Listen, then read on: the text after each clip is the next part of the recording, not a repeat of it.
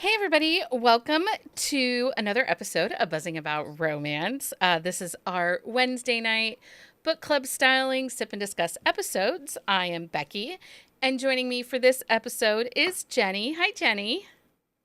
Becky. And Amanda. Hi, Amanda. Hi, Becky. And Heather. Hey, Heather. Hello, everybody. So this week we are discussing Where We End by Ashley Munoz. This is book 4 in the Stone Riders MC. How many of us started at book 4 and how many of us started in the beginning? Jenny's book 4, Heather's book 4, Amanda started at book 1. How much are you having anxiety because you started at book 4, Heather? Not much. No? I mean, I'm probably the odd man out in this whole crew. I can do this and be fine. Yeah. I mean, I read book 1 and 2, skipped book 3, read book 4. What about you, Jenny? I didn't have any problem starting at 4. No? Are you going to go back? No. And I am listening to book 1 when I should be doing other things. well, we all have those moments. And Amanda, you just said, screw it, I need to do all 4 books in a row. Yeah, well, I've had the series on my TBR for a while, so I was like, well, I'm just going to use this opportunity to make, to like go in and read them all. So Yeah. Okay. So who wants to share all the things in the doc? Who's on it? You got it up, Heather? Okay. Yeah. Okay. So let's see here. The release date was July 26, 24. So this summer.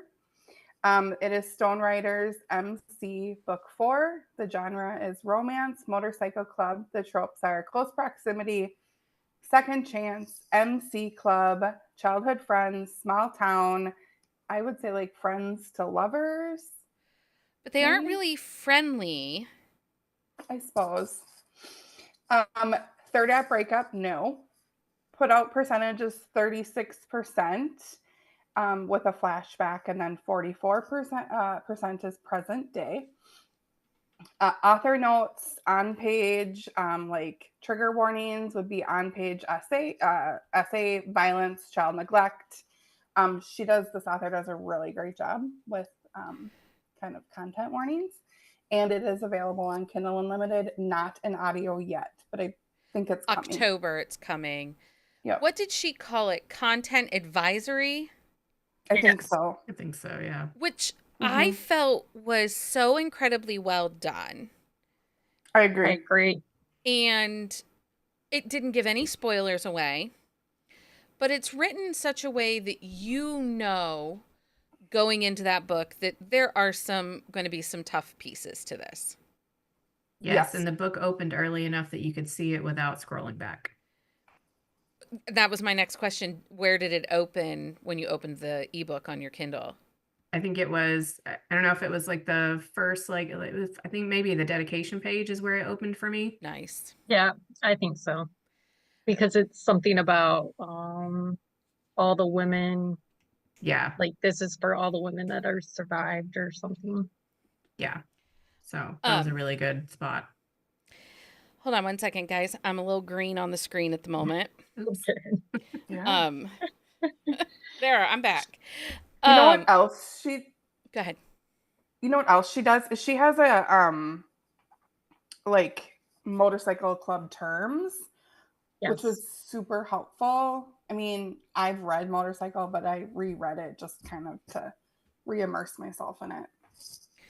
Yeah, it's interesting. She does the 1% piece, talks about what that exactly means, what we're looking at when she writes Motorcycle Club. And I will say, in the grand scheme of Motorcycle Club romances, I think this one was not super dark.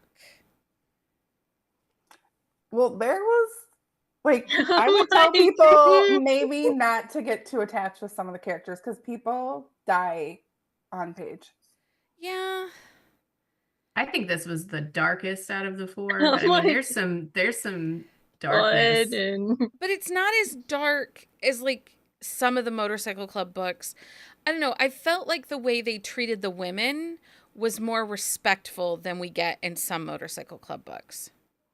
Yeah, The that's true. The Stone Riders for sure Yeah. do. Yeah. Maybe not all the clubs, but Not Stone all the Right. clubs. for sure. Yeah, like the main characters respect their women, but there's definitely a lot of disrespect.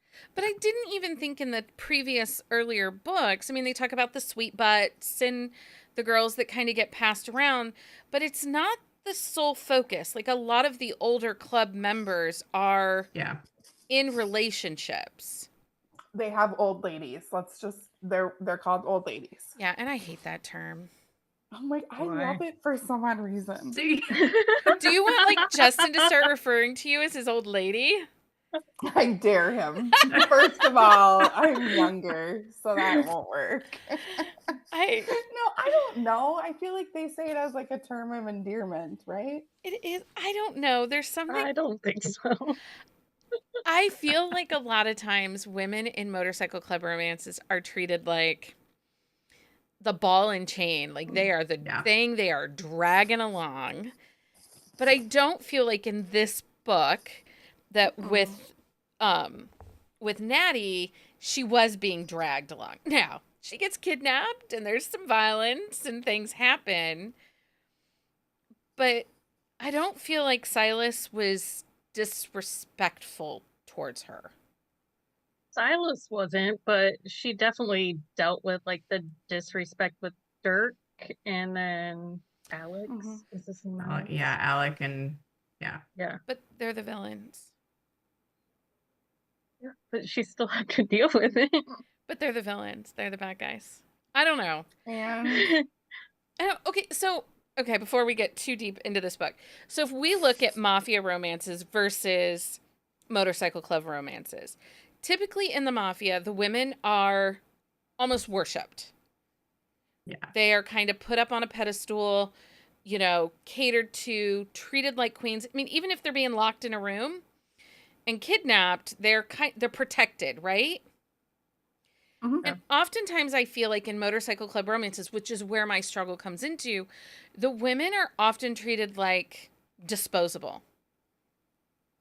Like we can get rid of her and someone new comes along. Yeah, I think so in a lot of them, but not all of them. So that when I say that this one didn't feel as dark, I don't feel like there was that disrespect towards Natty and the other heroines in this series.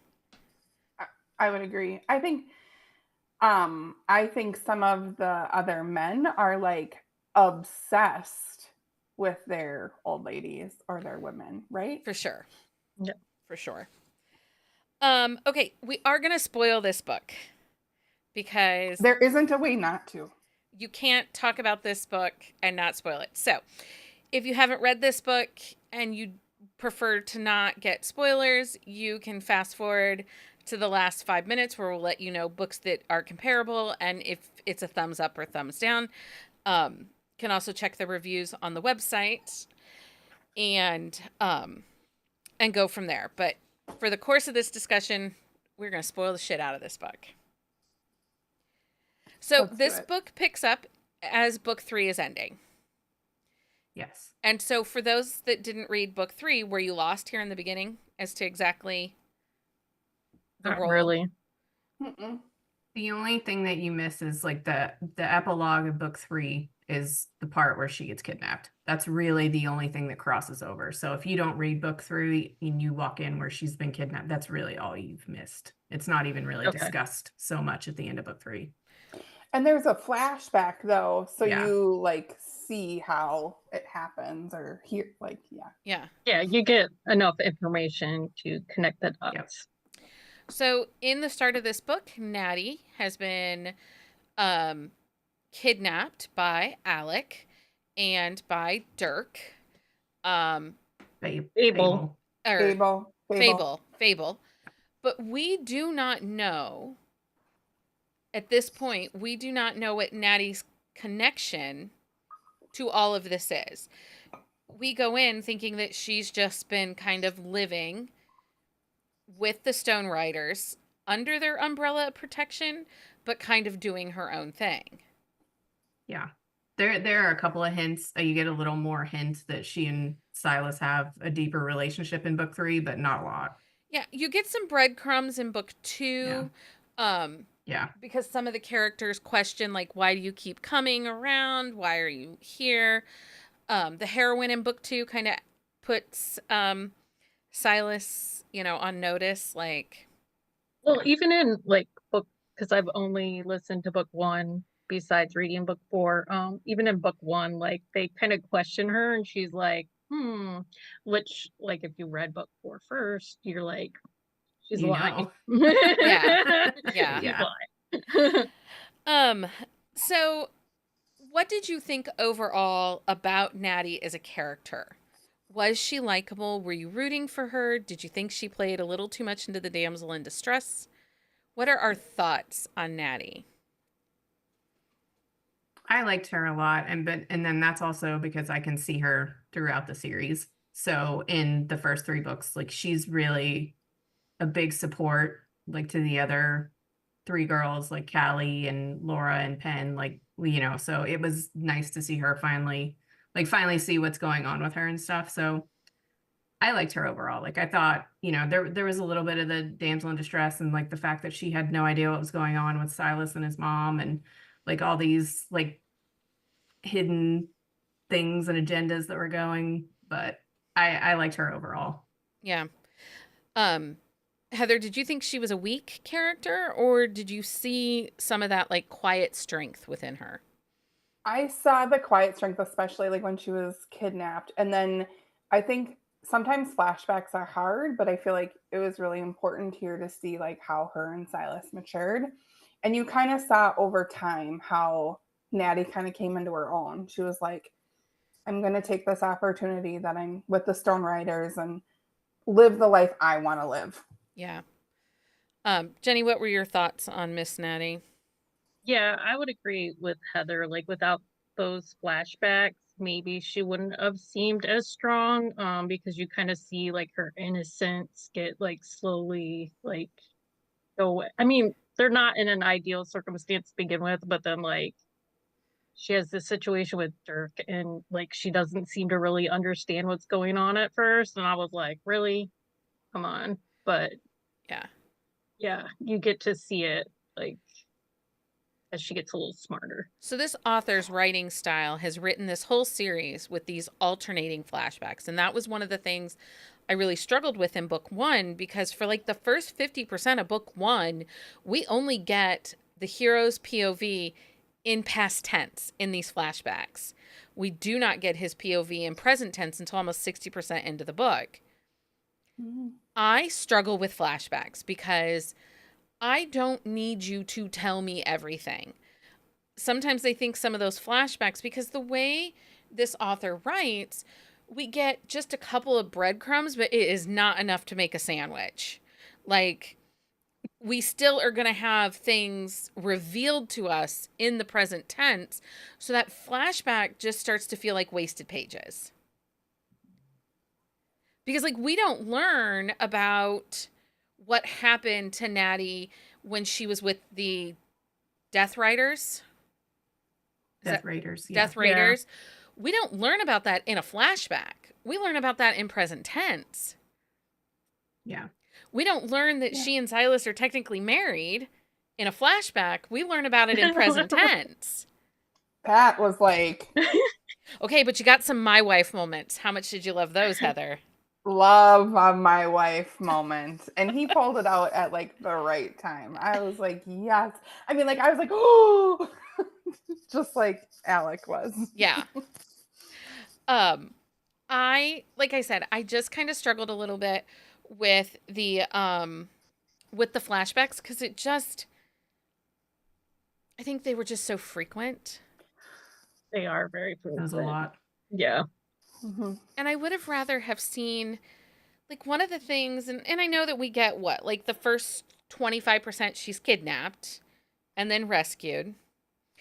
One of the things that we had in earlier books were these really dynamic girl gang female relationships. You talked about like how she connected with the other girls in the earlier books.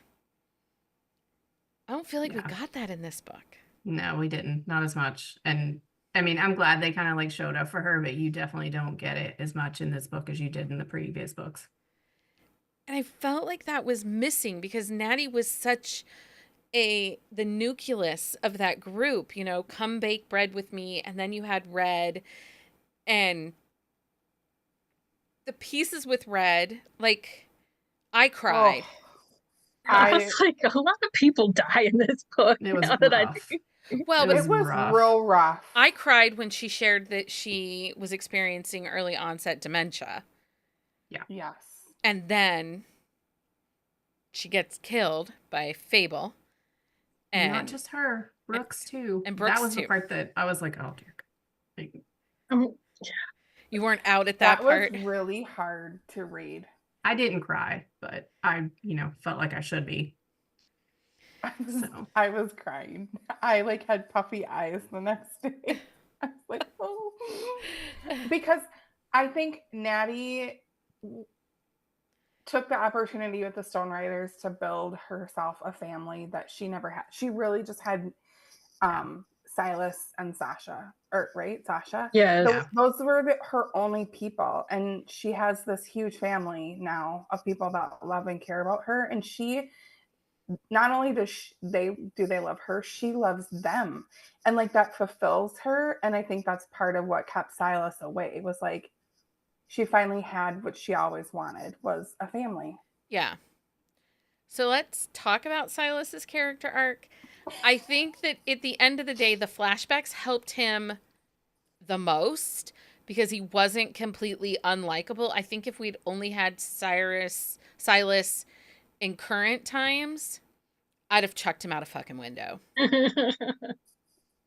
Because the games that he's playing with his mother.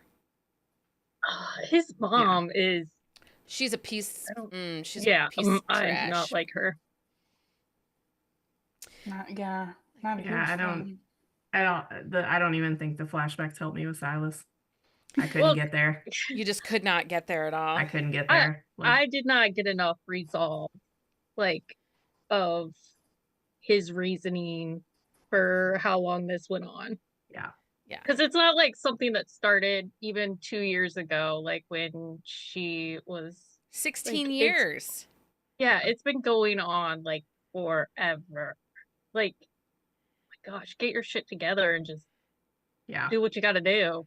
Kill your dad and just yes. Yeah. Well, and then it was very anticlimactic when he did. Right. Yeah. But I did cry. Did you? When Alex. Oh, okay. I did too. I didn't. I was like, good. I was like, good riddance. I was over it. See, and I kind of wanted I wanted Alec to have a little more redemption. I felt like. Yeah, I mean, because she couldn't even say that she forgave him or anything. Like Silas was the one sitting there saying, it's okay, she's going to be fine or whatever. And then I was like, okay. I'm like, I was just like, okay, I'm done. I'm over it. I felt like the author had all these ideas on how to make Silas this complex, tortured soul. And instead of picking one or two things, she said, oh, hey, look, here's a basket full. We're just going to use them all. And it was just too much. Like, I get a tortured poet, but he can't be a tortured poet and a assassin that crucifies people upside down for a motorcycle club and working behind the scenes to kill his dad, and also supposedly this very romantic, thoughtful, engaging friend. And he's also following her the whole time. Yeah, stalking. Like, I mean, I don't even, I mean, we're definitely in stalker territory here. Mm-hmm. Heather, did you like Silas? I mean, I didn't hate him. I felt like he probably could have groveled a lot more than he did. But yeah. I think part of mine too was also like book 2 is my favorite. Okay. And he's real bad in that book. And I just don't think I could mentally like get over it. I really liked book 2, and I felt like book 2 out of the three of the four books that I've read, book 2 had the most well thought out plot line. Yes, and the least amount of flashbacks. The least amount of flashbacks, because you really couldn't, because they didn't really have a history. Who's in book 2? Killian and Laura. Okay. And I absolutely loved the Rachel piece. Yeah, that was my favorite part of this book. In this book. Yeah. Killian's mom. Yeah. Because, and that's the other thing in this series. And again, I think it's a struggle with Motorcycle Club. The mothers, for the most part, are just twerpy, derpy, stupid. And we're supposed to have these women that we're looking up to that are these strong, capable, like, look, they're surviving in this club. But they're learning from drug addicts, from manipulative bitches like Sasha, or, you know, Laura's mom was just like arm candy and a trophy wife. Well, yeah, but her dad's like a senator. Right. But yeah, the moms in this series are not. None of them are. It was interesting how, you know, I like Sasha taught Silas and Natty Latin because they couldn't talk around. It was like everything was so secretive. Yeah. That piece was interesting. Yeah, and I think that was an easy way, instead of being like, oh, they made up their own language, because you do have children that kind of will make up their own language and talk in code and stuff. And don't you think that, like, making it Latin made it elevated a little bit more?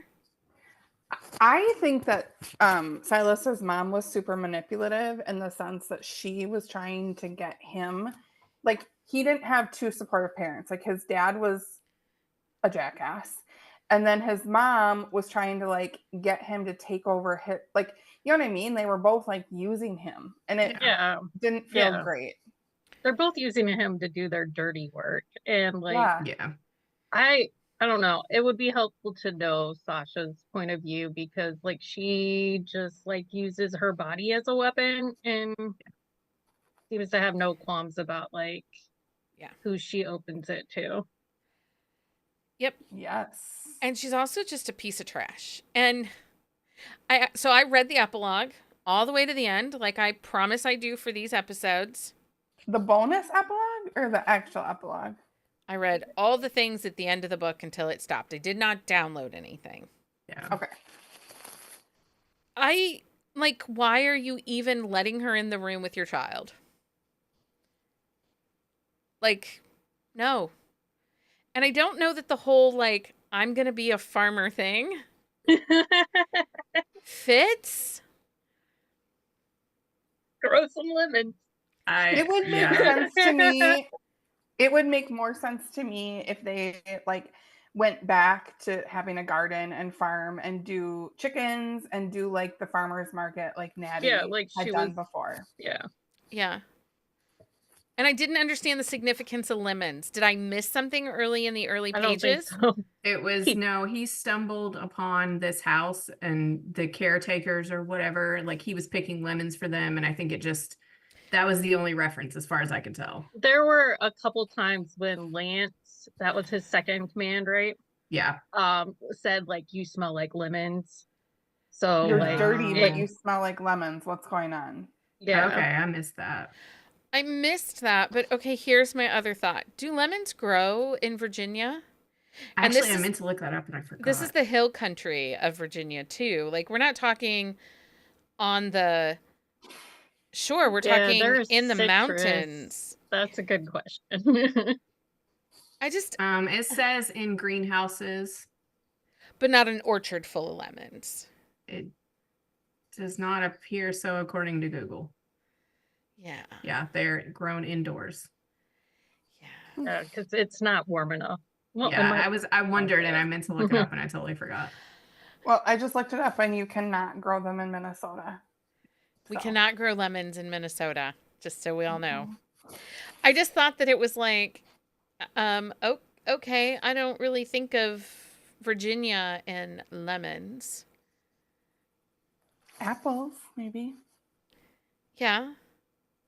I think they mentioned at the end that he had added apples, right? At the in the Mhm. Yeah. epilogue Yeah, or there something. was right? there was other fruit. Yeah. I don't know. I don't know. Maybe she just likes lemon. Maybe, Or like I was gonna say maybe it means something to her or life personally. gives you lemons, grow some. I don't know. Possibly. I don't I liked her writing style. Yeah. But I do think that she is one of those types of writers that likes to throw everything at the wall and doesn't necessarily edit herself down, which is why we get alternating flashback chapters.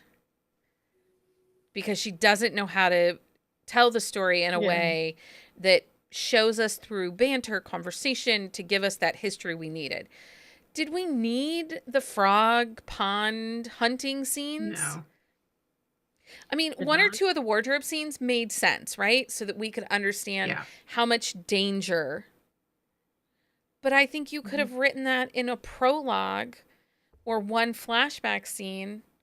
I don't know that we needed it every other chapter for 32 chapters. Oh, is that how long it was? I don't know. I don't know. It just, what were your thoughts on the fact that they had this secret marriage? We know he says, he kind of blurts out, "You're my wife," that they married young in secrecy. Do you feel like enough hints were given that that was believable? Or do you again feel like this was a, let's throw something at the wall? I didn't have a problem with that piece. Like I believed it. Like Me too. I don't know if it was necessarily hinted at enough, but you knew there was something big going on, like relationship wise. Yeah. Yeah. So I didn't have a problem with that piece. My struggle was I felt like she kind of painted herself into a corner and didn't know how to unpaint herself. So she needed something to be a big reveal to stop everybody in motion so she could reset the room. I felt like Natty really pushed it. Like she was like, I want to get married now. And I think because she was feeling the pressure of Dirk. And then that would give her the opportunity to be like, well, I'm married to Silas. Like if it came up, like that would stop him. And Silas didn't understand that because she wasn't open with him about everything that was happening. And then his mom also like basically forced her to lie to him. Yeah. Well, I think for Natty, like some of it was if they got married, maybe he would come back more often, or like they would finally move on from, because that seemed to be like the overall goal was to like get away from the club. And to get him to stay, just to stop leaving her. Right. Because his constant leaving felt like, I think and I think it was unintentional. We were supposed to feel like he was being pulled in several directions. Right. But I do think that some of those directions cleared up a little too easy. For like the emotional impact she was going through. Supposed to be this. Oh, you mean the emotional? Okay. Well, not even but just overall, like she cleaned up all those pieces, all those things that were pulling at him very quickly, and he could just retire and become a lemon farmer in Virginia. Yeah. Yeah. I mean, it's like it all cleared up so easily. Like right now, it's like, why couldn't some of it have cleared up for? I mean, I get the point. I get that, you're looking for the storyline or whatever there to create the conflict. But yeah, it was convenient. I think it's also. Go ahead, Heather. Was super surprised about how like there was so much fluctuating between all the different clubs. Like that is something that I've never really read in, like there are people who are like allies or whatever, they're not enemies, but that was interesting to me too. Especially how the women kind of hopped around. This whole series is kind of like that. The other clubs come in and out with an ease. Oh. That even though they're supposed to be the enemies. And then, so, is there anything else in the main part of the book we want to talk about? Because I want to talk about the epilogue. Because I read it, so now I have to critique it. really hated the part where like Sasha like trades her and then like no one's talking about it for 2 years. Yeah. Like no one's figured this out. Yeah, and he comes home and she's just like, don't push it. Yeah. Like, just Right? don't And ask. then And he he just just leaves it takes alone. it, right? Yeah. Yeah. Like, Same. I mean, she doesn't know it's his wife, but like, hey. And He knows. she's hiding out with the president and with the president of the Stone Riders Club when the series starts. Yeah. So, like, she has even more knowledge. Like, make it make sense. It was hard for me to believe that he stayed away from her, the way he was so obsessed with her, and then like how he stalked her, like their draw to each other, and for him to like stare at her from across the street and her stand there was hard for me to fathom, like a Yeah. little bit, you know? Yeah. Well, and that she had a whole ass motorcycle, her little yellow ninja Right. motorcycle Oh, yeah. that she had hidden. Like she had Yeah, a that Didn't none know of about his- that. Yeah. but nobody. That none of his guys knew about. She was Right. like, haha, you didn't know about it. And he's Yeah. like, well, now we feel real stupid. But like she hid that for 2 years. Yeah. And drove on her moped that he left her the rest of the time. Yeah. Right. And also, doesn't it rain in Virginia? How are you getting around on a moped yeah. all the time? I don't know. It also They're snows in popular. Well, Virginia. she did say that her I think she car rides occasionally with her coworker. Yeah. So Yeah. But Okay, so we have to talk about the epilogue because I do think that this is a great example of an epilogue and what an epilogue should be because it wasn't needed to reaffirm the HEA. It tied up some of the loose ends, mostly from the previous books. yeah. So I do feel like we got a really good example of an epilogue, what it should be, and not what we tend to get. Yeah, and I think it's also because it was a series epilogue, right? Because this is the last book in the series. It is. Okay. Now, do you think the series will spin off? Because I'm curious if she's going to spin off to the New York MC Club. I think so. I think, she set it up where she could spin off to that, or she could even spin off to one of the other clubs if she wanted Yeah, to. there's a lot of options. Yeah. Yeah, I agree. I think she is too. I just didn't know if you thought there'd be a spinoff. So Amanda, as you have read the whole series, did you find that epilogue to be satisfying? Did it help answer questions for you? I don't think I had any questions necessarily, but it did help kind of give that look into the other couples like in the future. So I appreciated it. I always like that at the end of a series. So I enjoyed it. Just real quick, what was your thoughts on the chemistry between Silas and Natty? Like, do you think this book kept the chemistry and the momentum going forward? Or do you think the chemistry was pocketed? Like, we'd have a pocket of chemistry. It was really great. But then the next 3 scenes, it was like, I'm going to wash my hair tonight and I have a headache. Like, how do you feel about the chemistry? Because I'll let you know how I feel. Well, I have a pretty good idea how you feel now.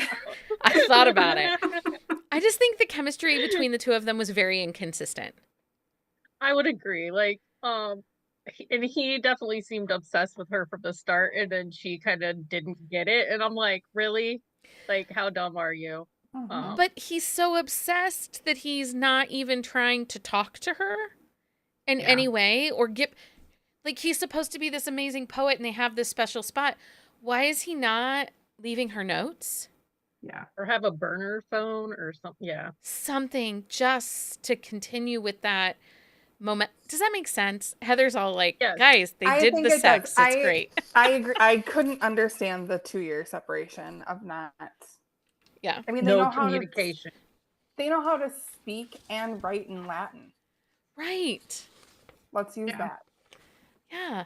Like I imagine, a journal hidden in a steel pail by the lake where there was a special spot that they could have gone even through all of this, like throughout the 4 books, something that we as a reader were getting those moments to continue on to that chemistry because that 2 years and him able to be like, keep his distance, but watch from a distance kind of thing. Do you think? Yeah, and that could have even been like a device where they told the story that way instead of like flashbacks. Yep. I had this conversation with my husband because I was like, so if like my life was threatened and the only way to save it was to like send me away, would you do that? Like no communication. He was like, oh yeah. And I'm like, well, that's good, but I would probably kill you. And then like whoever's out to kill me is going to kill me too. And like problem solved. Like I, I cannot My concept. husband's like, 2 years of not talking to you? Be real hard. I wonder how I get through. Now, see, it's funny because Mike would be the Jenny in our situation. He'd be like, no, we'd go and we'd hide together and we'd be together. And I'd be like, see ya. I'll be back in 2 years. I can stalk you from afar. So, Interesting. I don't know. Amanda, are you the lever or the stayer? Oh, I don't know. I think we're both like the saver. I don't know. I don't even know. I We'd think both if be they like, were- okay, can everybody just leave? We would be the people that ran away and just Hit out? like left it all behind. I Get think new the- identities. Yeah.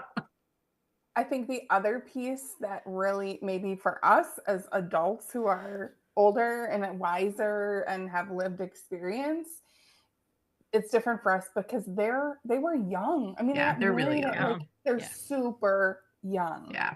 Yeah. And so he also trusts his mom. And I think through that process has realized that he couldn't trust his mom because she wasn't really necessarily looking out for his best interest.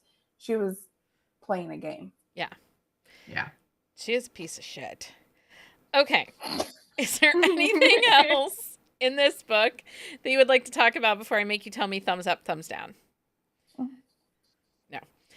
Okay. So thumbs up, thumbs down. Did you like this book? Would you read another Ashley Munoz? What are your thoughts, Jenny? Thumbs up. Okay. It's not my normal read, but yeah, I didn't mind it. And it definitely moves fast. Like the flashbacks break it up, but Yeah. What about you, Amanda? Is this an author you'd pick up again?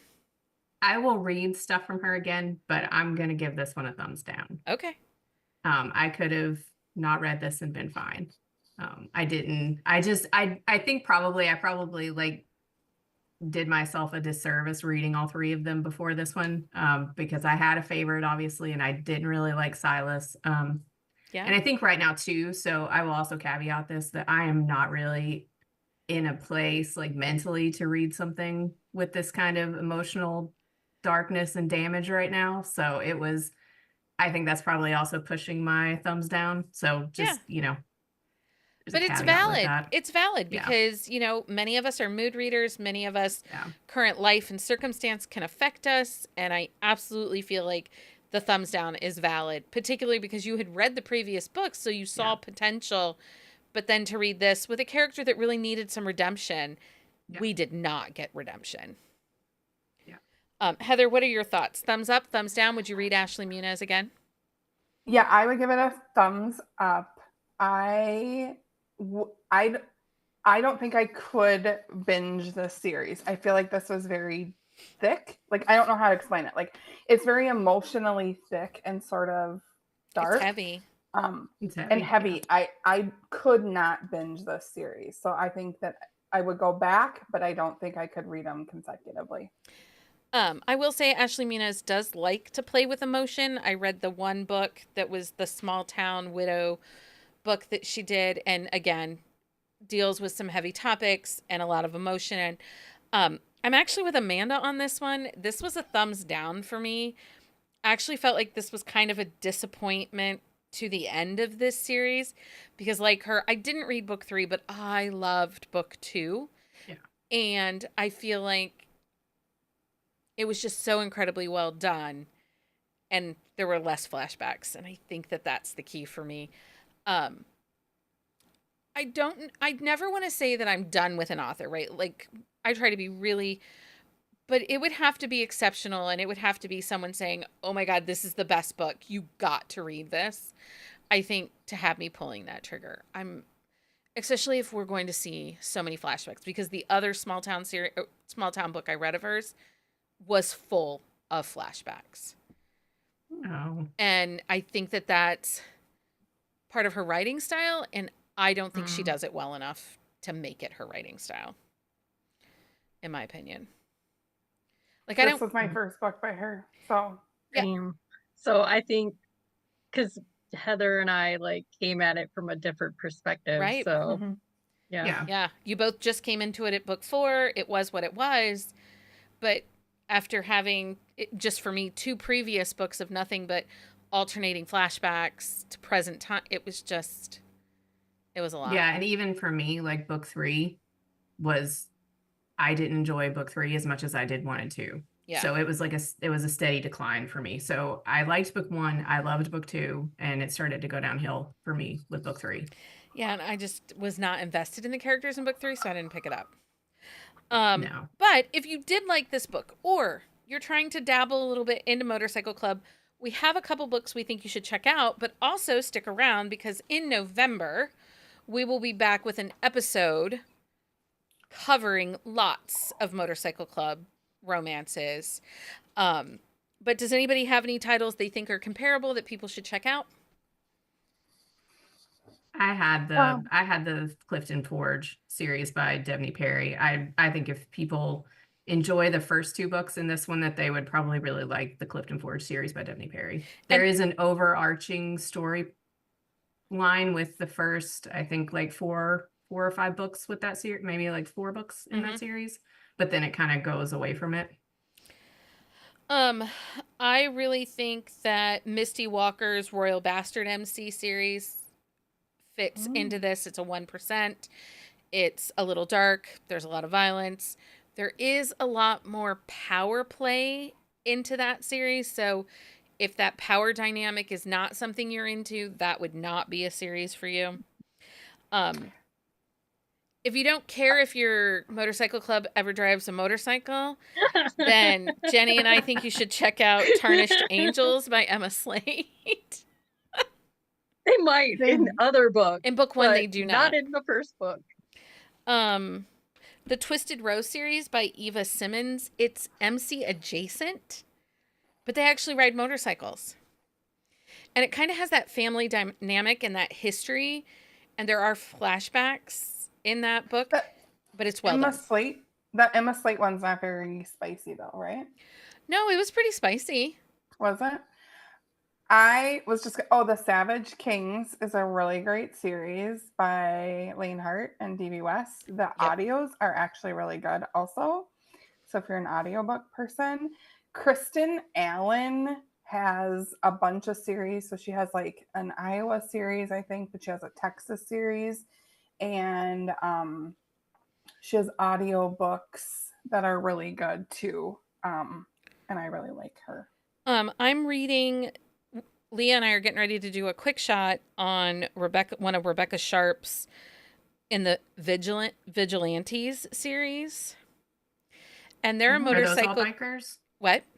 Are those all bikers in that They series? are. Okay. They're motorcycle bikers that do good, that are like vigilantes, that are trying to like seek justice.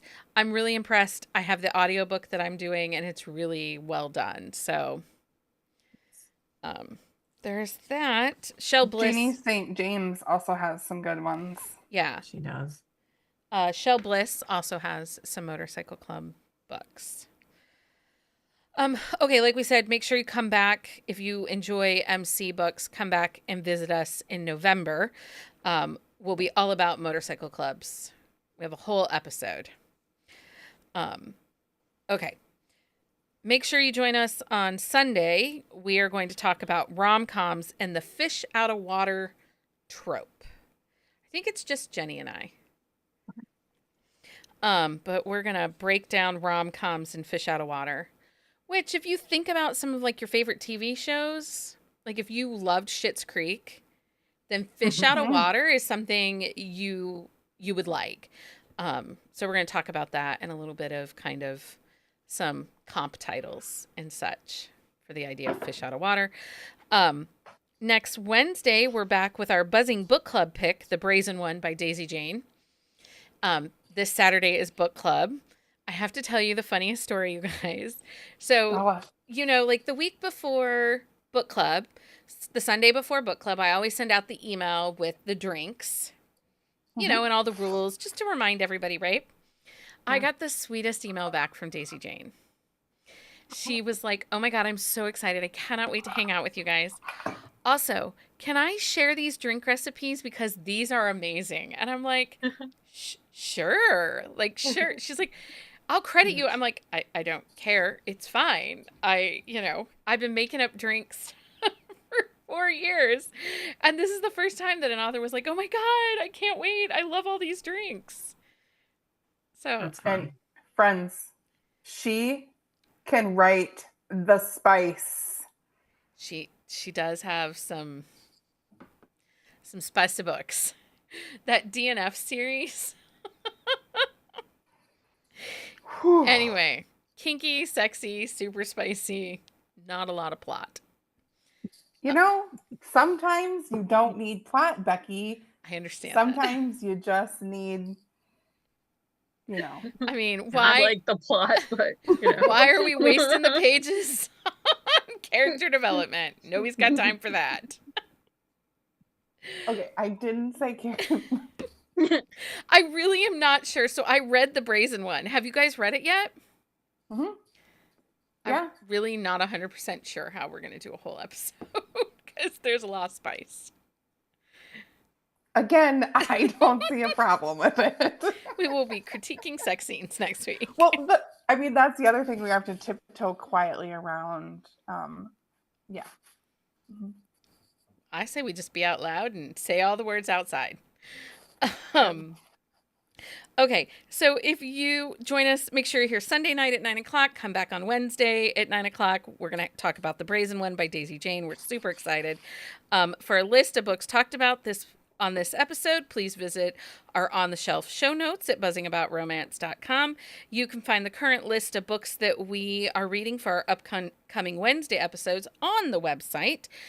November is all out of this world. We've got PNR, Monsters, or October. What did I say? November.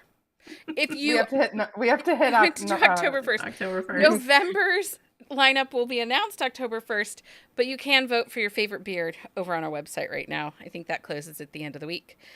Anyway, you can find stuff on our website. Go to our website. It knows more than I do. Don't forget to follow us on social media for updates and join our community of romance enthusiasts. If you like this episode, please leave us a review on your favorite podcast platform. Like this video and share it if you're watching it on the YouTube. Your support continues to help us bring you more content every week. Right? Okay. Yes. Because who would want to miss this? Oh. Because I'm sure filming, everyone can follow along just perfectly. because we're not awkward or weird or nothing. No. It's totally normal. Anyway, thanks everybody for hanging out and reading Where We End by Ashley Munoz. And until next time, happy reading, everybody. Bye.